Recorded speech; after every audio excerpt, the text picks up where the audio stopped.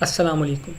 आज हम देखेंगे कि HTML में मीडिया टैग्स क्या होते हैं। HTML में मीडिया टैग्स ऐसे टैग्स को कहते हैं जिसके थ्रू हम अपने वेब पेज के ऊपर मीडिया आइटम्स को रेंडर करते हैं, यानी कि इमेज को, वीडियो को, ऑडियो को। इन चीज़ों को रेंडर करने के लिए जो टैग्स यूज़ होते हैं उन्हें मीडिया टैग्स कहते हैं। अब इसमें से जो मशहूर हैं वो तीन हैं: image tag, video tag, audio tag. सबसे पहले हम देखते हैं कि इमेज टैग क्या है। HTML में किसी भी इमेज को वेब पेज के ऊपर रेंडर करने के लिए हम जो टैग यूज़ करते हैं वो है IMG। इसको लिखते हैं किस तरह से, less than sign, IMG, greater than sign. अब इसके कुछ एट्रीब्यूट्स होते हैं। जो सबसे पहला एट्रीब्यूट है वो है सोर्स। सोर्स बताता है अगर तो फाइल लोकल फाइल है तो उसका पाथ, और अगर फाइल ऑनलाइन है तो उसका लिंक। ये सोर्स होता है। अब सबसे पहले हम ये सीखते हैं कि किसी भी ऑनलाइन इमेज को अपने वेब पेज के ऊपर किस तरह से रेंडर कर सकते हैं, यानी कि वो इमेज जो पहले से किसी ऑनलाइन रिसोर्स के ऊपर मौजूद है उसको किस तरह से वेब पेज पर रेंडर करना है। उसके लिए अपनी उस इमेज के ऊपर जाएंगे हम, जो कि ऑनलाइन पड़ी हुई है। उसको सिंपली क्या करना है, हमने राइट क्लिक करना है और इस इमेज के एड्रेस को हमने यहाँ से कॉपी इमेज एड्रेस के थ्रू कॉपी कर लेना है। अब सिंपली अपने कोड एडिटर में आएंगे, यहाँ पर लिखेंगे source is equal to 2 commas और इसके अंदर इसको पेस्ट कर देंगे। अभी अपने इस प्रोग्राम को रन करते हैं और चेक करते हैं क्या रिजल्ट है। तो यहाँ पर हम देख सकते हैं कि हमारा जो ये इमेज था ऑनलाइन इमेज वो यहाँ पर रेंडर हो गया। जो नेक्स्ट एट्रीब्यूट है वो है विड्थ और हाइट का। हम HTML में किसी भी इमेज की विड्थ और हाइट को विड्थ और हाइट के एट्रीब्यूट्स के थ्रू सेट कर सकते हैं। जैसे मैंने विड्थ को सेट करना है तो मैं सिंपली यूज़ करूँगा विड्थ इज इक्वल टू, और इसके अंदर मैं उसका पिक्सल्स में साइज़ बता दूंगा या परसेंटेज में साइज़ बता दूंगा। सबसे पहले पिक्सल्स में देते हैं तो 400 पिक्सल मैं विड्थ रखता हूँ। इस तरह से हाइट वो भी 400 पिक्सल रखते हैं। अपने प्रोग्राम को रीरन करते हैं और यहाँ पर आप देख सकते हैं कि जो इमेज है उसका साइज़ जो है हमारी विड्थ और हाइट के मुताबिक अब स्केल हो गया। इसके अलावा एक और एट्रीब्यूट होता है आल्ट का। अब मिसाल के तौर के ऊपर मैंने ये इमेज जो ऑनलाइन रिसोर्स के ऊपर थी उसका लिंक यहाँ पर लगा दिया है। कुछ अर्से के बाद ये होता है कि वो जो ऑनलाइन रिसोर्स था वहाँ से इस इमेज को डिलीट कर दिया जाता है। तो अब मुझे यूज़र को ये फीडबैक देना है कि इमेज जो है वो अवेलेबल नहीं है। तो इसके लिए हमें जो HTML एट्रीब्यूट देता है इमेज के साथ वो है आल्ट का, अल्टरनेटिव का, कि अगर आपकी इमेज मौजूद नहीं है तो आप उसकी जगह एक अल्टरनेटिव टेक्स्ट को शो कर सकते हैं। इसको लिखा किस तरह से जाता है, ALT is equal to 2 commas, और इन कोमास के अंदर हमने वो अपना मैसेज लिखना है। जैसे मैं यहाँ पर लिख रहा हूँ इमेज नॉट फाउंड। अपने इस URL को थोड़ा सा बिगाड़ते हैं ताकि हमारी जो इमेज है वो रेंडर ना हो सके, और रन करके देखते हैं। तो अब यहाँ पर लिखा हुआ आ रहा है इमेज नॉट फाउंड, क्योंकि उस URL की कोई भी इमेज ऑनलाइन मौजूद नहीं है। तो इस तरह हम आल्ट के एट्रीब्यूट के थ्रू यूज़र को फीडबैक दे सकते हैं कि इस URL की या इस पाथ की इमेज जो है वो मौजूद नहीं है। HTML में किसी भी इमेज को रेंडर करने का जो दूसरा तरीका है वो लोकल फाइल, यानी कि जिस तरह से मसलन जिस तरह से मेरे पास ये इमेज है और मैं चाहता हूँ कि ये मेरे जो कंप्यूटर के ऊपर इमेज डाउनलोड हुई हुई है इसको मैं अपने वेब पेज के ऊपर लगाऊँ।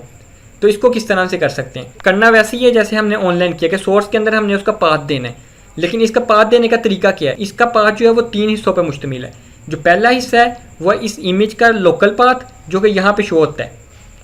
जो दूसरा हिस्सा है वो होता है इस इमेज का नेम डॉट उसकी एक्सटेंशन, यानी कि JPG फाइल है, PNG फाइल है, किस तरह की फाइल है। सबसे पहले इसका पाथ यहाँ से कॉपी कर लेना है, वो यहाँ पे पेस्ट कर दिया।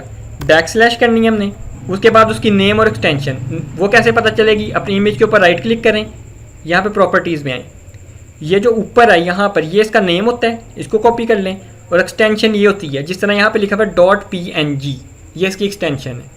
तो इसको याद रखना है, इसको वहाँ पे हम लिख देंगे। यहाँ पे नेम को पेस्ट करें, डॉट एक्सटेंशन क्या थी, PNG, सिंपल। अब इसको रन करके देखते हैं।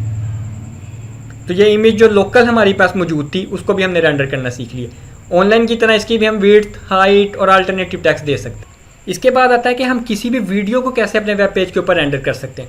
इसके लिए HTML हमें 2 टैग्स बेसिकली देता है, एक है वीडियो का टैग और एक है आई फ्रेम का टैग। इसका एक असूल समझ लें, अगर तो वो फाइल आपके लोकल सर्वर या लोकल कंप्यूटर के ऊपर मौजूद है तो ये वीडियो का टैग यूज़ करना है आपने, और अगर वो फाइल किसी ऑनलाइन रिसोर्स के ऊपर यानी कि YouTube की फाइल है उसको आपने रेंडर करना है, या Netflix की कोई वीडियो उसको आपने अपने वेब पेज पे रेंडर करना है, तो आई फ्रेम का जो टैग है उसको यूज़ करना है। अब इनको बारी बारी कोड करके देखते हैं। सबसे पहले हमने लगानी है मिसाल के तौर पे अपनी एक YouTube की वीडियो। जैसे मेरे पास ये वाली एक YouTube की वीडियो और मैं चाहता हूँ कि इसको मैं अपने वेब पेज के ऊपर रेंडर कर सकूँ, तो इसके लिए क्या तरीकाकार है, सिंपली अपनी उस वीडियो को ओपन करना है, ये शेयर के बटन को क्लिक करना है आपने। यहाँ पर ये आएगा एम्बेड, यहाँ पर वो सारा HTML कोड मौजूद है जिसको मैं सिंपली कॉपी करके इस वीडियो को अपने वेब पेज पे रेंडर कर सकता हूँ। यहाँ पे जो कॉपी का बटन मौजूद है इसको आपने दबा दें। अब अपने कोड एडिटर पे जाएं और Ctrl+V करके इसको पेस्ट कर अपने इस HTML प्रोग्राम को रन करें। आप देख सकते हैं कि यहाँ पर हमारी वीडियो जो है वो रेंडर हो गई। लेकिन यहाँ पर अब हम जो इस कोड को देखेंगे ये तो बड़ा लंबा चौड़ा कोड है और इसमें से बहुत सारी चीज़ें हमें समझ भी नहीं आ रही हैं।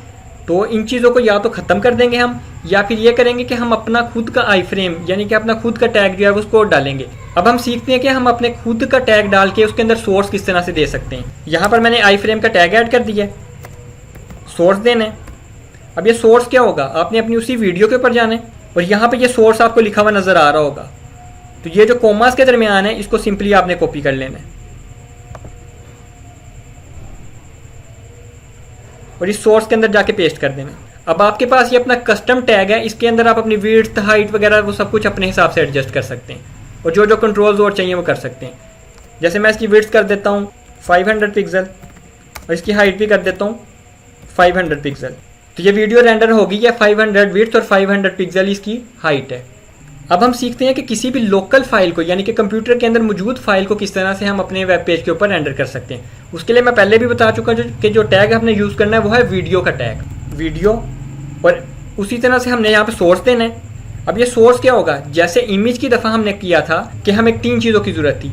एक उसका लोकल जो पाथ था, दूसरा उसका जो नाम था और तीसरा उस जो फाइल का एक्सटेंशन थी वो चाहिए थी। इसी तरह से हमें वीडियो के लिए भी इन्हीं 3 चीज़ों की ज़रूरत है। तो सबसे पहले इसका जो लोकल पाथ है उसको यहाँ से कॉपी कर लेते हैं, ऊपर से यहाँ पे पेस्ट कर दिया, बैकस्लैश हमने इनपुट की। उसके बाद ये वाली फाइल अगर मैं चाहता हूँ कि मैं रेंडर करूँ तो सिंपली इसको राइट क्लिक करना है, प्रॉपर्टीज़ पे आना है, ये इसका नाम है, इसको मैंने कंट्रोल सी करके कॉपी कर लिया और इसकी एक्सटेंशन क्या है .mp4, ये नज़र आ रही है यहाँ पे .mp4।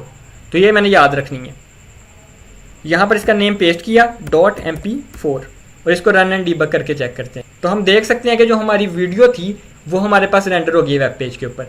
लेकिन यहाँ पे इशू ये आ रहा है कि मेरी जो वीडियो ये प्ले नहीं हो रही ना, यहाँ पे कोई कंट्रोल नज़र आ रहे हैं सच। इसकी रीज़न क्या है कि वीडियो का जो टैग होता है इसके अंदर जो कंट्रोल्स होते हैं वो हिडन होते हैं। वीडियो के टैग के अंदर खुद से बताना पड़ता है कि हम कंट्रोल्स को विजिबल चाहते हैं। वो कैसे बताते हैं, उसके लिए हमें HTML जो एट्रीब्यूट वीडियो के टैग में देता है वो है कंट्रोल्स का। सिंपली कंट्रोल्स भी यूज़ कर सकते हैं और controls is equal to true, दोनों ठीक है। दोबारा रन एंड डीबग करते हैं। तो इस मतलब हमारे पास ये जो प्ले पॉज के कंट्रोल थे, ये सारे के सारे आगे जाने के, बड़ा करने के, म्यूट करने के सारे कंट्रोल्स जो हैं वो वीडियो के साथ रेंडर हो गई। इसके अलावा अगर मैं चाहता हूँ कि मेरी जो वीडियो रेंडर हुई है वो ऑटोमेटिकली म्यूटेड हो, तो म्यूटेड का हमारे पास एट्रीब्यूट आता है। तो यहाँ पर हम देख सकते हैं कि वीडियो प्ले कर रहा हूँ, अब यहाँ पे साउंड जो है म्यूट हुई है। इसी तरह से मैं चाहता हूँ कि मेरी जो वीडियो वो रेंडर होते साथ ये खुद ब खुद ही प्ले होना शुरू कर दे। इसके लिए जो हमें जो एट्रीब्यूट मिलता है वो है ऑटो प्ले का। इसको दोबारा से रन करते हैं तो वीडियो रेंडर हुई है और खुद ब खुद जो है प्ले भी होना स्टार्ट हो गई है।